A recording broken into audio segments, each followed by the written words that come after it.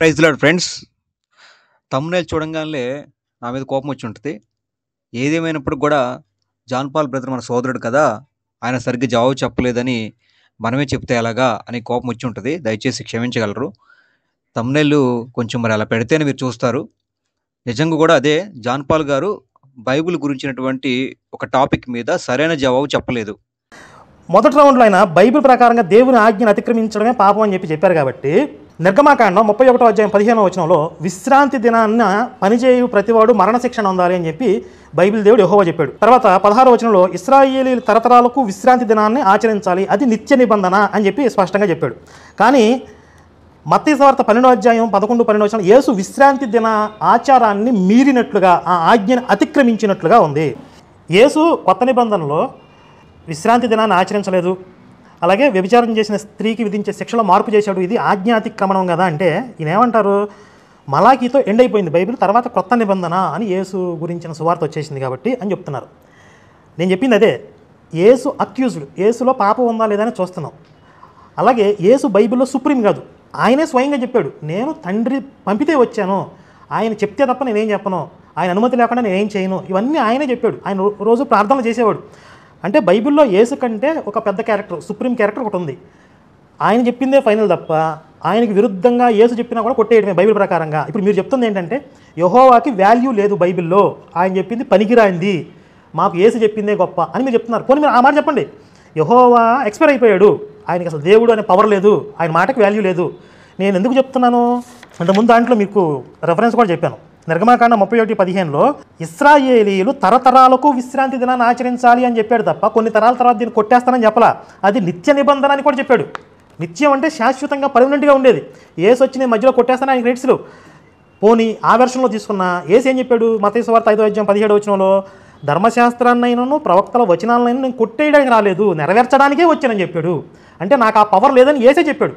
పైకి ఏం చెప్తున్నాడు, నేను నెరవేర్చడానికే వచ్చాను, కొట్టేయడానికి రావట్లేదని చెప్పాడు. కానీ ఆజ్ఞలను అతిక్రమిస్తున్నాడు అంటే స్పష్టంగా అతని మాటల్లో చేతల్లో వ్యత్యాసం, భేదం కనపడుతుంది. ఒకటి చెప్తున్నాడు పైకి, ఆచరణలో ఇంకోటి చేస్తున్నాడు. మీరు ప్రకటనలు తీసుకుని స్టేట్మెంట్స్ తీసుకుని దాన్ని మీరు వాదనకు అడ్డం పెట్టుకుంటానంటే కుదరదు.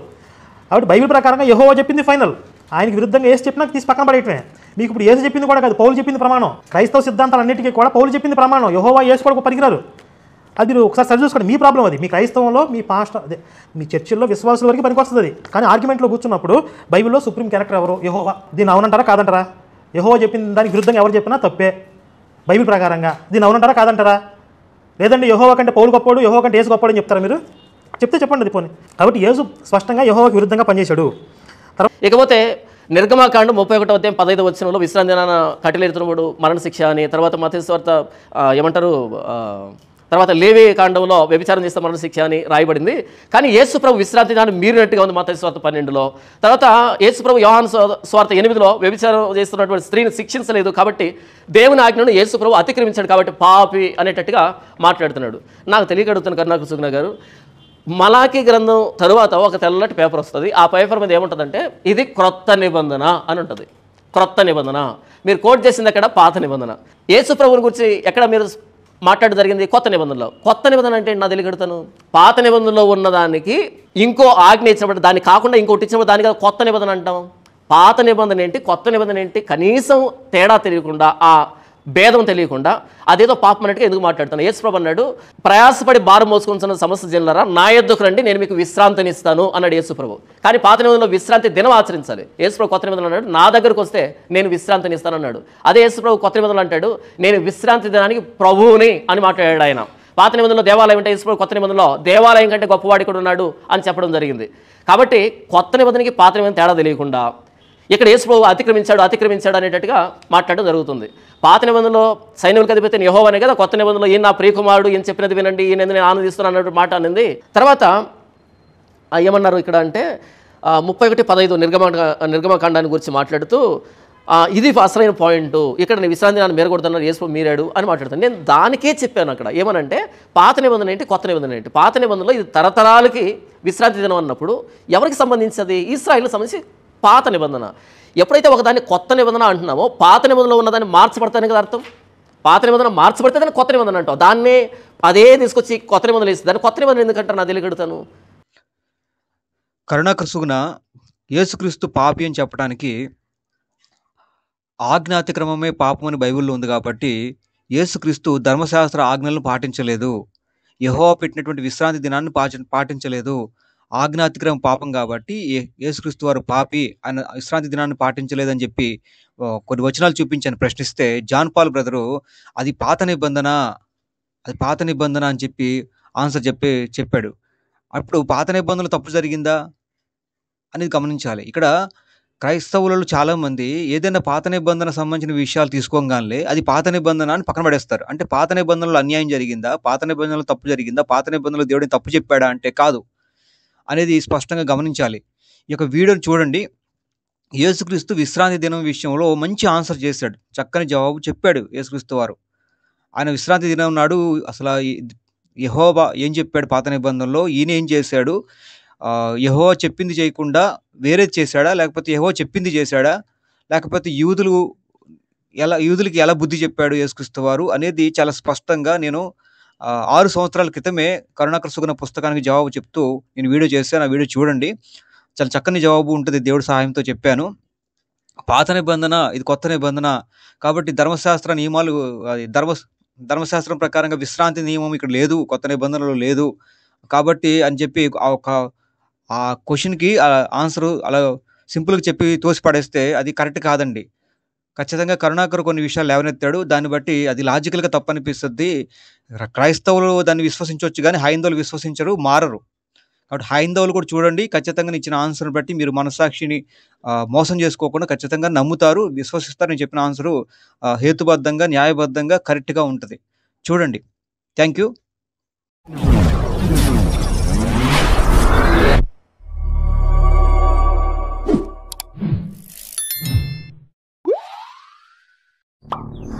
ప్రభువైన యేసుక్రీస్తు నామములో వీడియో చూస్తున్న వీక్షకులందరికీ నా యొక్క వందనములు తెలియజేస్తున్నాను. మత్తయి సువార్త 12వ అధ్యాయం, మత్తయి సువార్త 12వ అధ్యాయం 1 నుండి చూద్దాం. మత్తయి సువార్త 12వ అధ్యాయం 1 నుండి చూస్తే కనుక, ఆ కాలమందు యేసు విశ్రాంతి దినమున పంటచేలలో బడి వెళ్ళుచుండగా ఆయన శిష్యులు కనుగొని వెనులు త్రుంచి తినసాగిరి. పరిసయ్యులు చూచి, ఇదిగో విశ్రాంతి దినమున చేయకూడదని శిష్యులు చేయుచున్నారని అతను చెప్పాను.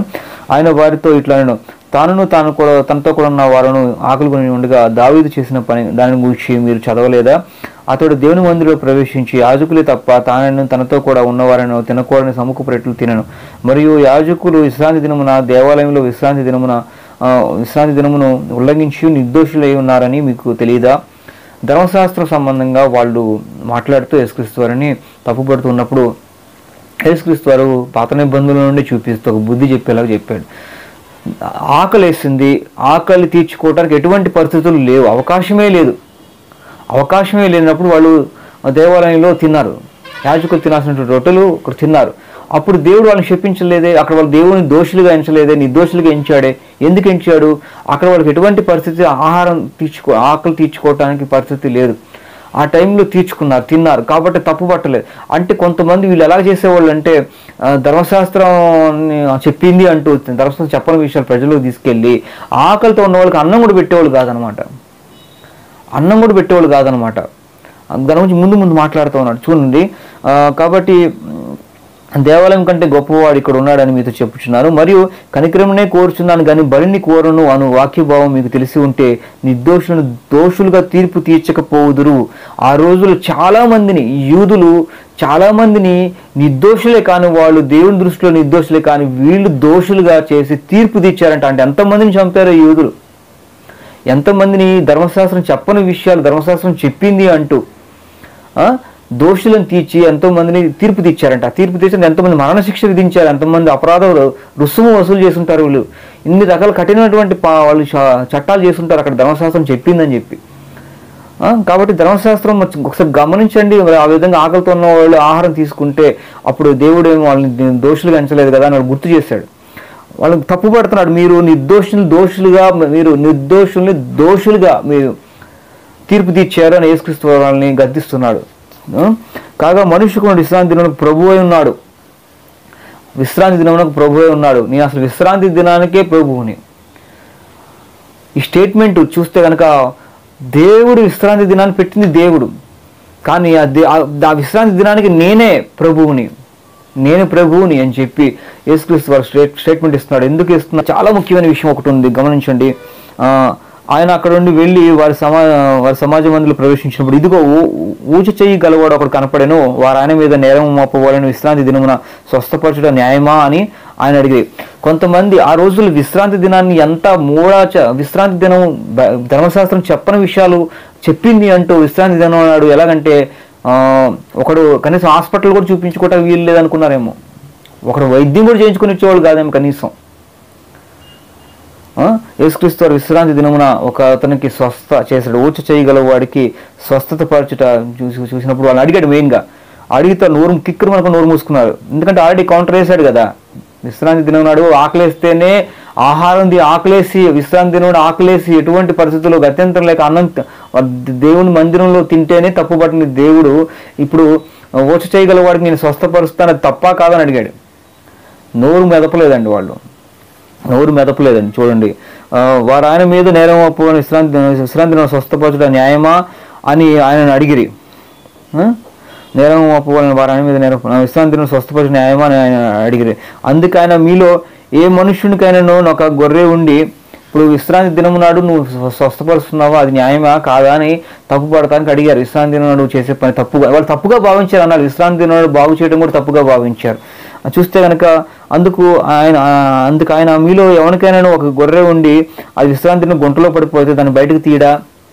విశ్రాంతి నాడు గుంటలో గొర్రె పడిపోయిందే, విశ్రాంతి నాడు గుంటలో గొర్రె పడిపోయిందని రేపు తీస్తాడా, ఎల్లుండి తీస్తాడా? కాదే, ఆ రోజు తీస్తాడు కదా. ఎందుకంటే అది రేపు దాకా చచ్చిపోద్ది, ఆహారం లేక నీరు లేక ఏ క్రూరముగాలు వచ్చి చంపేస్తాయి.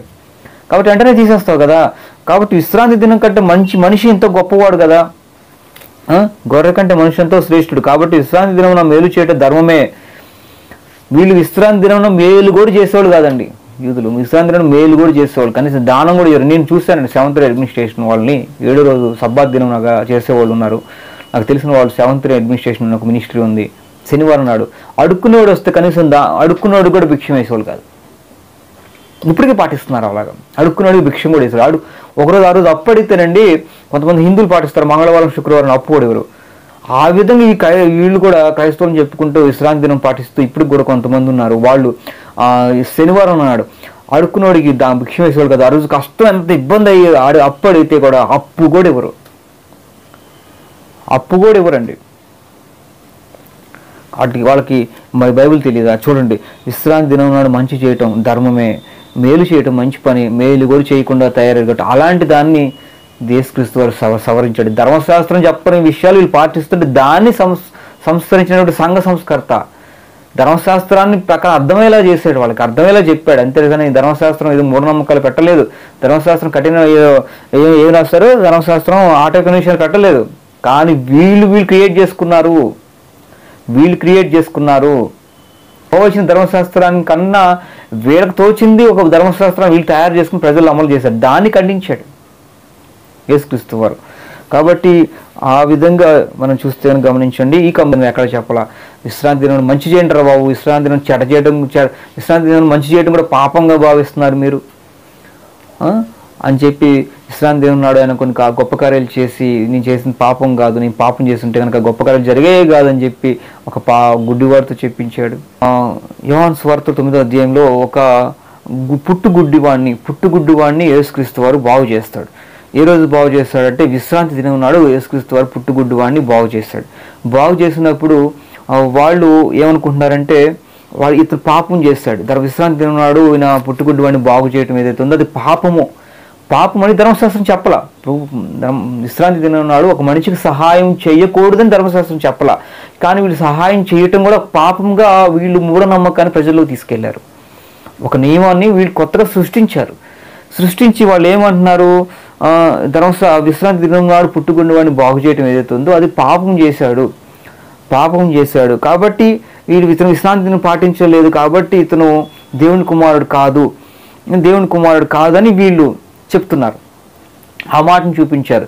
అంటే ఈ మాట చూపించట్లే వాళ్ళు ఏమని, పరిసయ్యులు కొందరు మనుష్యుడు విశ్రాంతి దినం ఆచరించట్లేదు కనుక దేవుని యొద్ద నుండి వచ్చిన వాడు కాడనిది. ఏ సందర్భంలో అన్నారంటే, విశ్రాంతి దినం నాడు మేలు చేయటం, మంచి పని చేశాడు. ఒక గుడ్డివాడికి వెలుగులు ఇచ్చాడు, ఒక గుడ్డివాడికి చూపులు ఇచ్చాడు. ఆ మంచి పని కూడా పాపమని విశ్రాంతి దినం పాపమని వీళ్ళు యూదులు భ్రమపడుతున్నారు. ధర్మశాస్త్రం చెప్పలేదు, కానీ యూదులు అలాగా దాన్ని క్రియేట్ చేస్తున్నారు. క్రియేట్ చేసి పాపమని ప్రజల్లోకి తీసుకెళ్ళి ఆ ధర్మశాస్త్ర సంబంధంగా ఆ రోజు విశ్రాంతి దినం ఎవరు మంచి పని కూడా చేయకూడదు కనీసం ఒకరికి అనే మూఢనమ్మకాన్ని ప్రజల్లోకి తీసుకొచ్చి భయపెడుతూ వాళ్ళ కట్టడాలు నియమాలు పెడుతూ భయపెడుతూ చేస్తూ ఉన్నారు. కాబట్టి గమనించండి, ఆ విధంగా చేసినప్పుడు ఒక సందర్భం వచ్చింది. అక్కడ 31 వచనం చూస్తే కనుక, దేవుడు పాపులు మనవి ఆలకింపడని ఎరుగుదుము, ఎవడైనాను దేవభక్తుడై ఉండి ఆయన చిత్తము చొప్పున జరిగించిన ఎడల ఆయన వాని మనవి ఆలకించునని గుడ్డివాడు చెప్పాడండి యూదులకి. గుడ్డివాడితోటి ఆ యేసుక్రీస్తు వారికి విశ్రాంతి దినం నాడు ఎందుకు బాగు చేస్తాడు? విశ్రాంతి దినం నాడు బాగు చేయటం అంటే పాపం కదా, పాపం చేసిన మనిషి మాట దేవుడు ఎలా అంగీకరిస్తాడు? దేవుడెలా అంగీకరించి ఈ గుడ్డివాడిని బాగు చేశాడు అని వాళ్ళు సందేహపడుతూ గుడ్డివాడిని అడిగినప్పుడు, గుడ్డివాడు ఒక ధర్మశాస్త్రం బాగా తెలిసిన యూదులు పొరపాటు పడుతూ వాడు మూఢనమ్మకంలో చెడ్డ అభిప్రాయంతో ఉండిపోయినప్పుడు ఒక గుడ్డివాడు ధర్మశాస్త్రాన్ని గుడ్డివాడు అంటే ధర్మశాస్త్రం కూడా చదివి ఉండడు, కానీ ధర్మశాస్త్రం గురించి తెలుసుకున్నాడు అన్నమాట. దేవాలయం దగ్గర కూర్చుంటారు కదండి గుడ్డివాళ్ళు, ధర్మశాస్త్రం గురించి ఏం చెప్తుందనే విషయాన్ని చెప్తూ ఉంటుంటే విని, చదివేవాడి కన్నా వినేవాడు ఎక్కువ జ్ఞానం కలిగి ఉంటాడని సామెత ప్రకారంగా ఆ విధంగా గుడ్డివాడికి ధర్మశాస్త్రం గురించి బాగా తెలుసండి. బాగా తెలిసిన అర్థమవుతుందంటే ఈ చదువుకున్నోడి కన్నా చాకలోడు బెటర్ అంటారు కదా, చదువుకున్నోడి కన్నా సాకలోడు బెటర్ అంటారు కదా, బాగా లెక్కలు కడతాడు. ఆ ప్రకారం ఈ పరిసయ్యుల సద్దుకిలకి విశ్రాంతి దినం పాటించకపోవడం పాపం అన్నారు, కానీ విశ్రాంతి దినం మంచి చేయడం కూడా పాపం వీళ్ళు భ్రమపడుతున్నారు అనే విషయం గురించి గుడ్డివాడికి అర్థమయ్యి, ఒకవేళ యేసుక్రీస్తు వారు విశ్రాంతి దినం నాడు నన్ను బాగు చేయటమే పాపం అయితే కనుక, మరి యేసుక్రీస్తు వారు తండ్రి ఇతను స్వస్థపరచని అడిగినప్పుడు తండ్రి స్వస్థపరచడు కదా, ఒక పావి మొర దేవుడు వినడు కదా, అంటే యేసుక్రీస్తు వారు విశ్రాంతి దినాన్ని నన్ను స్వస్థపరచడం ఏదైతే ఉందో అది పాపము కాదని ఒక గుడ్డివాడు ఒక చదువుకున్న వాళ్ళకి, ఒక పరిసయ్యులకి, ధర్మశాస్త్రోపదేశకులకి చెప్పాడండి. చెప్తే కనుక వాళ్ళు ఏమన్నారంటే 31వ వచనంలో చెప్పినప్పుడు, పుట్టుగుడ్డు వాడి కన్నులు ఎవరైనా తెరిచినట్టు లోకంలో పుట్టినప్పుడు వినపడలేదు, ఈయన దేవుని యొద్ద నుండి వచ్చిన వాడు కాని ఎడల ఏమీ చేయనేరడని వారితో చెప్పాను. అందుకు వారు, నీవు కేవలం పాపివై పుట్టినవాడు, నీవు మాకు బోధింపవచ్చుతివా అని వానితో చెప్పి వాని వెలివేసిరి. ఒక గుడ్డివాడు బాగుపడి దేవుని గొప్ప కార్యం విశ్రాంతి దినం నాడు ఆయన బాగు చేస్తాడు. ఏదైతే స్వస్థత చేశాడో ఆ స్వస్థత చేసింది పాపం అయితే కనుక నాకు స్వస్థత వచ్చేది కాదు కదా, దేవుడు నాకు స్వస్థత ఇచ్చేవాడు కాదు కదా, ఆయన దేవుని కుమారుడుగా ఆయన చేశాడు కదా, ఆయన పాపి కాదు కాబట్టి నాకు స్వస్థత వచ్చింది, పాపి అయితే నన్ను స్వస్థపరచలేడు కదా, పరిశుద్ధుడు కాబట్టి నన్ను స్వస్థపరచాడు కదా అని చక్కగా అర్థమయ్యేలా చెప్పేసరికి అతన్ని వెలేశారండి. కాబట్టి ఇక్కడ విశ్రాంతి దినం నాడు యేసుక్రీస్తు వారు స్వస్థత చేశారు అంటే అది దేవుని చిత్తమే. విశ్రాంతి దినం నాడు చెడు చెయ్యబాక మంచి చెయ్యి, విశ్రాంతి దినం మేలు చేయొద్దని బైబిల్లో ఎక్కడ రాయబడాలి ధర్మశాస్త్రంలో చెప్పించాడు. కాబట్టి విశ్రాంతి దినం మంచి చేయటం కూడా పాపంగా భావించే మూర్ఖత్వం ఏదైతే ఉందో దాన్ని ఖండించడానికి ఒక అర్థమయ్యేలా చేయడానికి యేసుక్రీస్తు వారు విశ్రాంతి దినం నాడు కొన్ని కార్యాలు చేశాడు. దాన్ని వాళ్ళు తప్పుగా అర్థం చేసుకున్నారు, చాలామంది సమర్థించారు. కాబట్టి యేసుక్రీస్తు వారు సిలువ వేయబడటానికి అది ధర్మశాస్త్రం మీరినందుకు అని కొంతమంది అభిప్రాయపడ్డారు తప్ప, యేసుక్రీస్తు వారు చేసింది కరెక్టే, ధర్మశాస్త్ర విశ్రాంతిని ఆచరించద్దని ఎక్కడ చెప్పలా. చెయ్యండి, వారానికి ఒకరోజు దేవుని కోసం కేటాయించండి, ఉపవాసం ఉండండి, దేవుడు సంతోషిస్తాడు. నన్ను వెతుకువారిని చూసి నేను ఆనందపడు దేవుడిని అంటాడు, నన్ను పరిశోధించి వెతుకువారిని చూసి నేను ఆనందపడతానంటాడు. గడపండి అంటే తండ్రి కొడుకుల బంధం అండి మంది. మన పిల్లలు అన్నాడండి ఆయన, మనల్ని పిల్లలు అన్నాడు. మనకు ఒక రాజ్యం ఇవ్వబోతున్నాడు, ఒక యాజకులుగా చేయబోతున్నాడు, ఒక రాజులుగా చేయబోతున్నాడు. మన సమయం గడపాలని ఆశపడుతున్నాడు. ఇంకా సమయం దేవునితో గడపండి, గొప్ప కార్యాలు చూపిస్తాడు. నువ్వు పరిగెట్టి ఏది సాధించలేవండి, ఏది సాధించలేవు. దేవుని కలిగి ఉంటే శక్తి చేత నువ్వు అన్నీ సాధించగలవు, ధైర్యం చేత ఉండగలవు. దేవుని కృప తోడుగా ఉంటుంది. కాబట్టి ఈ వీడియో నచ్చితే కనుక షేర్ చేయండి, తద్వారా దేవుని యొక్క మేలు మీరు పొందుకోండి. Praise lord.